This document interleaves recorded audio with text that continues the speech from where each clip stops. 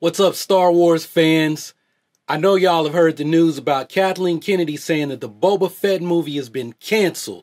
And if you haven't heard the news, well, hey, the Boba Fett Standalone movie has been canceled. And this is all coming from Kathleen Kennedy. Why? Well, because Lucasfilm has decided to devote all of their resources that were going towards the Boba Fett movie. Now they're going to be devoted towards The Mandalorian. Now, if you're consuming everything there is to know about The Mandalorian, then you know what that project is. But one of my close friends had no knowledge of that project because he's doing other stuff. And most of his Star Wars news actually comes from me. So if you're like my buddy Ashe and you don't know anything about The Mandalorian, then let me put you onto some game. So, The Mandalorian is a live-action series being developed by Jon Favreau. It's actually in production right now. Think of one of these Marvel series on Netflix like Daredevil, The Punisher, Jessica Jones. You know the shows. They're basically like 10 to 13-hour-long movies. That's what The Mandalorian is going to be, and it's coming to Disney's digital streaming service. The Mandalorian is going to follow a new character's adventures in the Outer Rim, and it'll be set a few years after the events in Return of the Jedi. Right now, we really don't know much more than that, and there's all kinds of interesting directions that this series can explore. Now, despite the possibilities of the Mandalorian series opening up the Star Wars galaxy even more, there are still fans who really want this Boba Fett project to happen. I guess they have something in common with those people who can't accept that Supreme Leader Snoke is dead. Like, when something is dead, they just won't accept it. You know, because Darth Maul came back, right? I mean, I get it. Sometimes dead doesn't mean dead in Star Wars. Maul did come back because he was so popular with fans. In Legends, Boba Fett didn't stay dead. He managed to survive the Sarlacc in Return of the Jedi, and he went on to have decades worth of stories about his adventures. Even in the actual canon, Boba's outcome is sort of up in the air. In the Aftermath trilogy, Chuck Wendig gave us some short stories about a lawman on Tatooine who finds the bounty hunter's armor and then proceeds to take the fight to various outlaws in an attempt to clean up the hives of scum and villainy all over the desert planet with twin suns. Now, honestly, a Lone Ranger type show about the dude that's now wearing Boba Fett's armor is more exciting than something about the actual Boba Fett. I mean, let's be real. What's so great about Boba Fett? He was supposed to be this great bounty hunter, but all we saw in Return of the Jedi was him taking the biggest L of his life, and it ended up costing him his life. I feel like everything involving Boba since Return of the Jedi has been to clean up his image and say, hey, well, what happened was, Boba had the most ungraceful moment of his life. The Force wasn't on Boba's side that day. Yeah, that's what it was. I mean, we got his origin story in the prequels. He's the unaltered clone of the mold used to create the clone army. He was pretty much raised by Aurra Sing, a mercenary assassin and bounty hunter who in Legends was also Force sensitive. We get to see how Aurra Sing groomed Boba into a feared bounty hunter during the Clone Wars series. Had the series followed the trajectory that Dave Filoni intended, we would have seen Boba Fett kill Cad Bane in a quick draw duel, which would have also paid a bit of a fan service in showing how Boba got the dent in his helmet. That's where Cad Bane shot him during their duel. Now, in the first Darth Vader comic series set after the events in Episode 4, A New Hope, we learned that Vader hired Boba Fett to investigate the mysterious pilot responsible for destroying the Death Star, who was also seen with Obi Kenobi and just happened to be strong with the Force. It was Boba Fett who first delivers the news to Vader that the pilot's name is Skywalker and that everyone had lied to Vader. Although Padme had died, her records were altered by Obi-Wan because the son of Anakin Skywalker survived. Of course, this also meant that his master had also been part of the deception, because even he seemed to be unable to sense that the offspring of Anakin and Padme's union survived the events on Mustafar.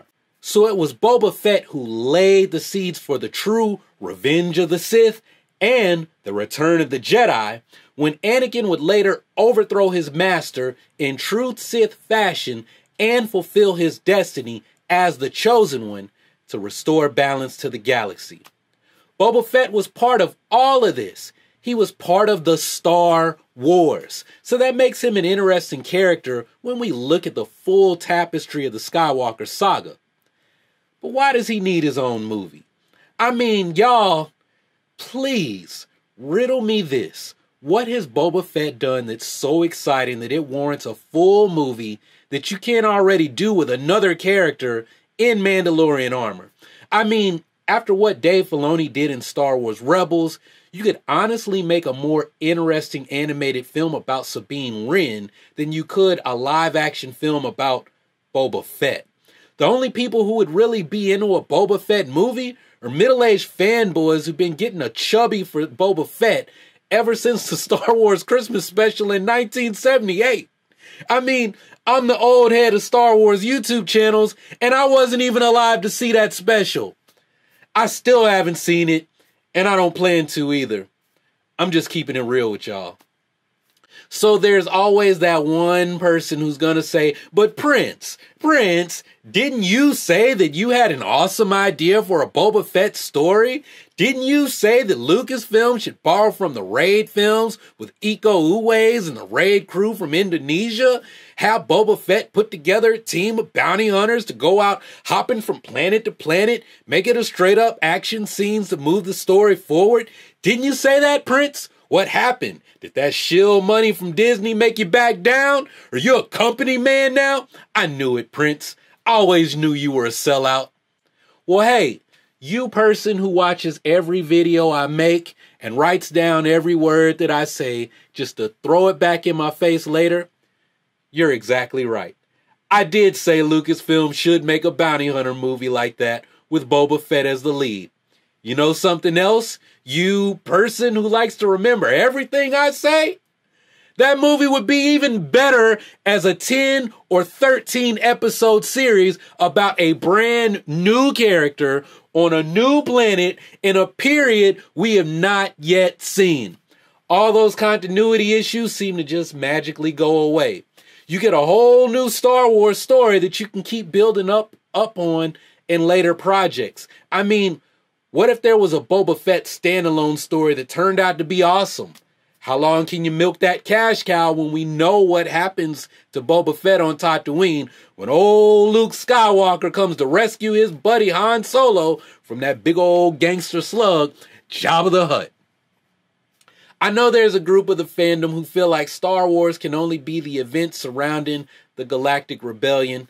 Hey man, one of my best friends is one of those people, so I'm not criticizing them. Heck, I mean, I feel that way about Star Trek. Like, Star Trek can only be Kirk and Picard, and they folks. I'm not really interested in anyone else. Well, okay, I did watch Cisco and Ordway, but not really. And that was mostly because by then I was in college and the military. But I mean, come on. I just kind of lose interest in Star Trek if it's not the OGs or the next generation. And there's Star Wars fans like that, and that's cool. But here's the thing, though. How long can Star Wars stick to telling stories about the Galactic Rebellion? We saw it end. We've seen the fall of the New Republic and the rise of the First Order. The timeline has moved on, and I'm kind of ready to see what stories this new Star Wars has in store for the next generation of fans. I mean, life goes on in the real world and in fantasy worlds too. So to sum this all up, Kathleen Kennedy said that the Boba Fett standalone movie is dead.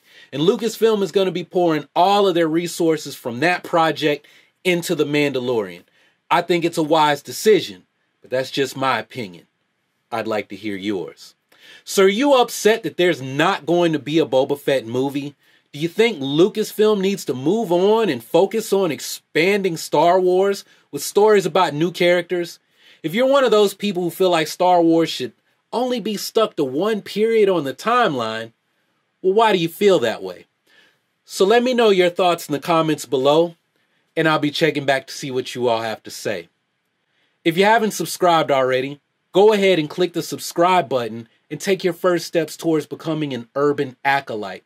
Embark on the journey to becoming the hero of your own story and become a force for change in your community.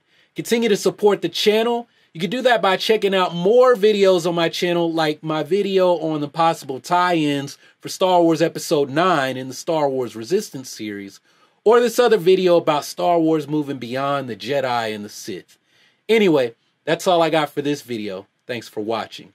Y'all keep on breathing, and may the force of others be with you. Always.